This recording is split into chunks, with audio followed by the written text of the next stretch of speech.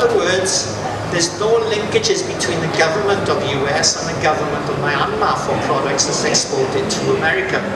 What the Americans rely on are the importer in America having a relationship with the exporter in Myanmar. For me, I think that's risky for American consumers. I think it's weaker. They don't get the same level of security for food safety. The European method is different. There, the European authorities rely on the authorities in Myanmar to create a similar system. So the system of creating food safety inspections and testing is kind of enforced on the Myanmar authorities. So in Myanmar, for fishery products, we have DOF, Department of Fisheries, as recognized as the competent authority.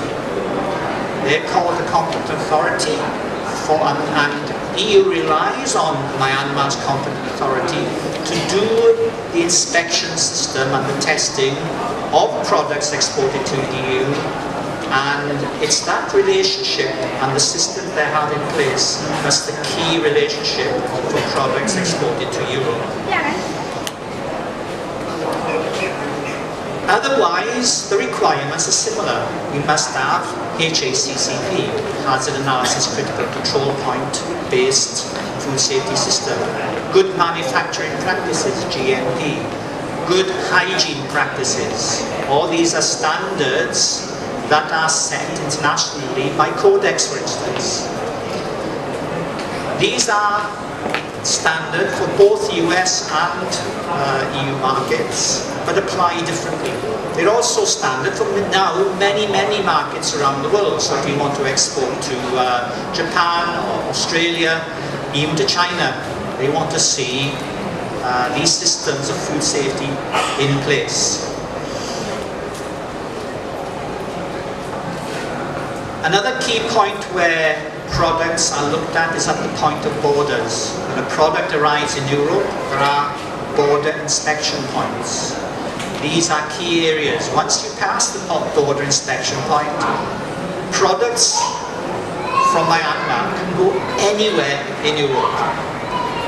So if a product arrives in Germany, it can then be sold and moved to Spain. If a product arrives in the UK, it can be moved and sold in France. So the EU take a lot of time on their borders to check products, to make sure that they are meeting requirements. We'll talk a bit more on that. And I've mentioned the competent authority a little bit. For US, it's all to do with importers. So what's the policy? These are the key aspects. You must have high level of protection for human health. And it must all be based on scientific and technical evidence. This is a WTO requirement, World Trade Organization, or an SBS requirement. You can't have false, non-scientific reasons for stopping products crossing border. That would become an issue called technical barrier to trade. So under WTO, you fail under a TBT. So if you can make issues scientifically and technically based and prove that scientifically, then you can have standards which are a little bit more strict and more challenging. And that's what happened with the EU. They have a higher level of testing requirements, and that makes exporting to the EU a little bit more challenging than anybody else. Another big principle is the free movement of food and feed. And that's within the community. They want to encourage that everywhere else as well. In fact, even under ASEAN, we're moving towards a position where food is supposed to be, and goods are supposed to move freely between countries.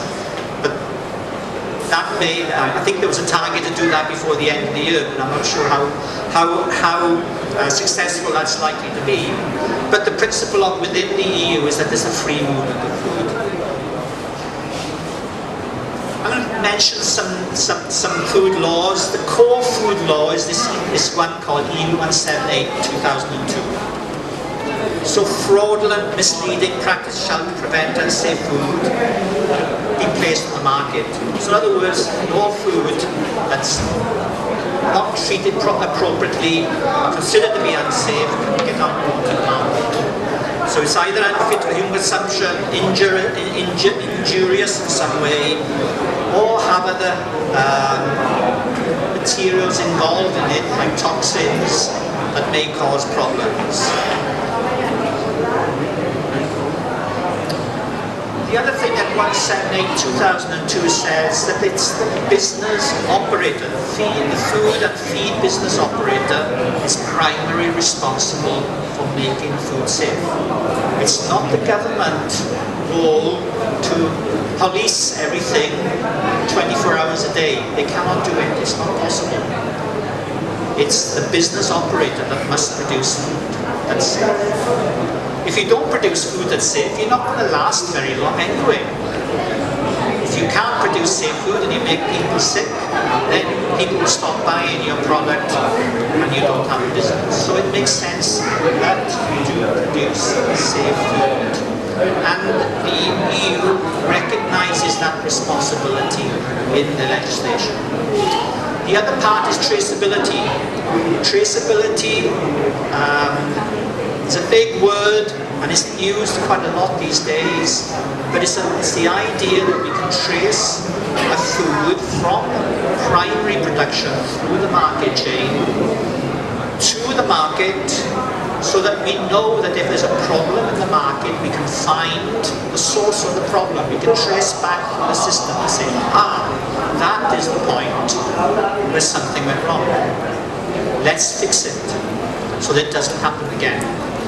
So traceability is a good system. It shouldn't be a frightening system. It's a helpful system to make sure that we identify where issues take place and then we fix them so they don't happen again.